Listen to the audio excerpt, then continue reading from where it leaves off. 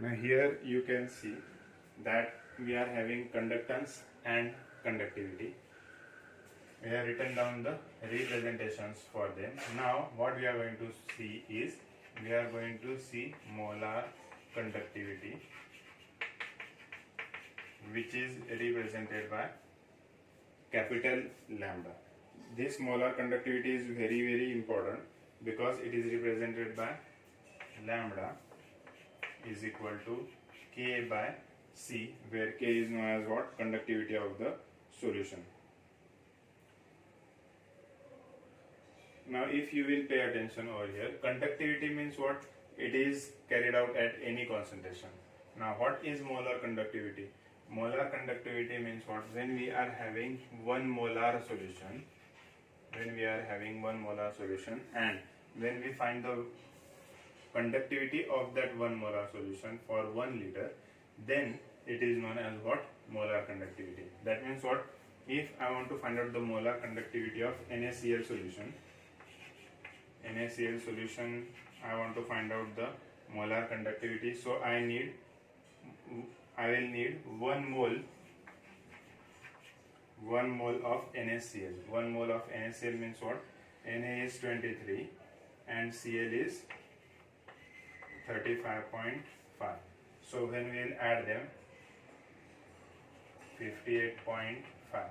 That means what? When I will dissolve 58.5 gram in 1 liter of solution, that will give me 1 mole, and when I will find the conductance of that 1 mole of solution, that conductivity will be known as molar conductivity. So in this way we are having 1 molar solution. In this you can see that we are dissolving this number of moles in 1 liter of solution. So that formula, conductivity lambda, can be given as K into V, where concentration is what? 1 by V. We can say that concentration is also 1 by V, and the formula for molar conductivity will be given as molar conductivity is equal to Kc upon 1000, where we are dissolving 1 mole for 1 liter. That's why concentration is at the top and 1000 is at the bottom, because we are dissolving the liquid for 1 liter. Okay, so that is standard. That's why this is known as what? Molar conductivity. And there is one more term that is known as molar conductivity at infinite dilution, which is represented by lambda 0. Molar conductivity at infinite dilution. Now what is molar conductivity at infinite dilution? First thing which we should understand is, what is the effect on conductivity of the parameters such as volume, temperature and pressure. When we understand the effect of these parameters, then it will be easily understood that the molar conductivity of infinite dilution, whether it will increase or decrease. So for that, first I will explain you what is the effect of volume. As the volume goes on increasing, what happens is the ions which were initially undissociated will dissociate more. For example, now let us say I am having 1 molar of solution, that means what? 58.5 gram in 1 liter of solution. Okay, 58.5 gram in 1 liter of solution. We are dissolving it. This is what? Molar solution. We are having some conductivity represented by capital lambda. Now what I am going to do is, I am going to dilute this whole solution by adding water in it. 58.5 gram is dissolved in 1 liter of water. You can try it at your home also. Take 1 liter of water, add 58.5 gram of salt in it. You will see that the salt dissolves, but it dissolves slowly after a slight time interval, because this might reach up to saturation level. Now when you have prepared 1 liter of bottle, that 1 liter of bottle is transferred into a vessel, and again we will be adding extra pure 1 liter of water. That means what? We are diluting the solution, means we are increasing the volume of water. first we prepared this solution was transferred in a beaker, then we added water in it, and as the water was being added, the volume of water was increasing. The ions which were initially undissociated, they get dissociated, and the conductivity also goes on increasing. This is the effect of volume. So when you are externally adding water in it, volume of water will increase, correct? And as the volume of water increases, conductivity increases, because dissociation of ions increases. Okay. Now the second condition, what is the effect of temperature? As the temperature increases, volume of water will increase, more space will be available. That means what? If I am having this container, I am having water over here, and these NaCl molecules are closely intact with each other. They have no space to move. And when I am heating them, what will happen? The volume will increase, extra space will be available for these molecules, and the ions which were initially undissociated, they will dissociate, more ions will be formed, and the conductivity will increase. So based on this equation, based on molar conductivity and molar conductivity at infinite dilution, Kohlrausch gave us an equation where he tried to find out the molar conductivity of weak electrolytes. Now what are weak electrolytes, strong electrolytes, we will see. We have already seen that in ionic equilibrium, but again we are going to go through it for a quicker revision. Okay, so here as you can see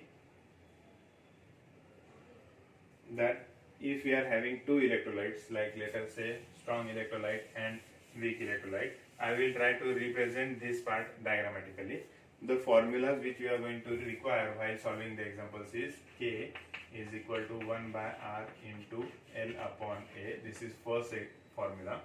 Then the second formula is lambda is equal to Kc upon 1000. This is the next formula, where the unit of lambda is, let me check.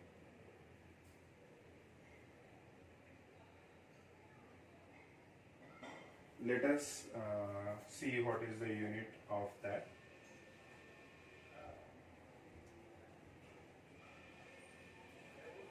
We will substitute the units of these elements over here. The formula is 1000 by Kc. It is 1000 by K upon C. Sorry, 1000 into K upon C. This is the formula. Or we can say that K is equal to,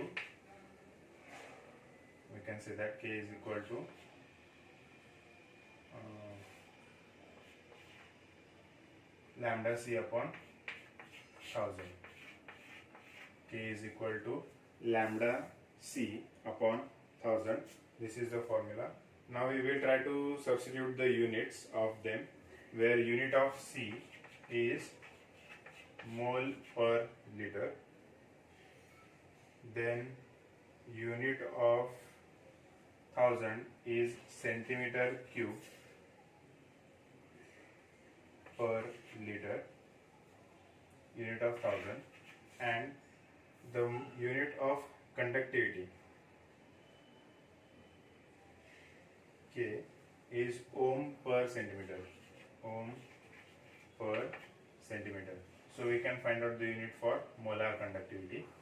So we can substitute these values over here. 1000 has unit as centimeter cube per liter. K is having unit as ohm per centimeter.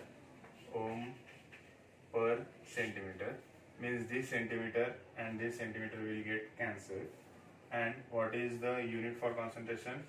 Mole per liter. So this liter and this liter will get cancelled.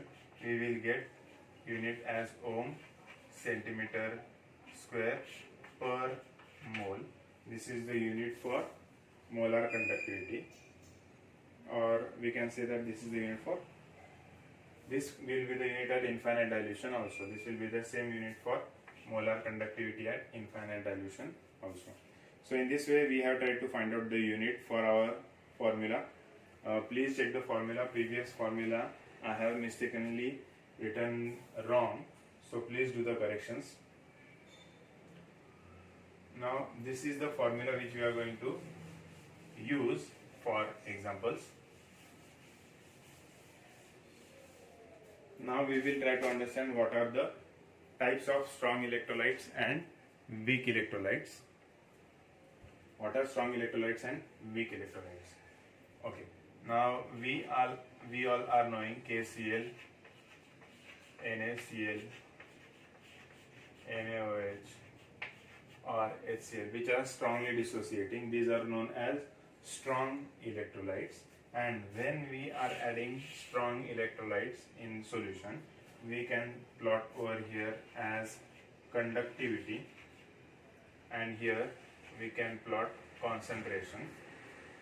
So as we dilute the solution, it is square root of C, square root of concentration.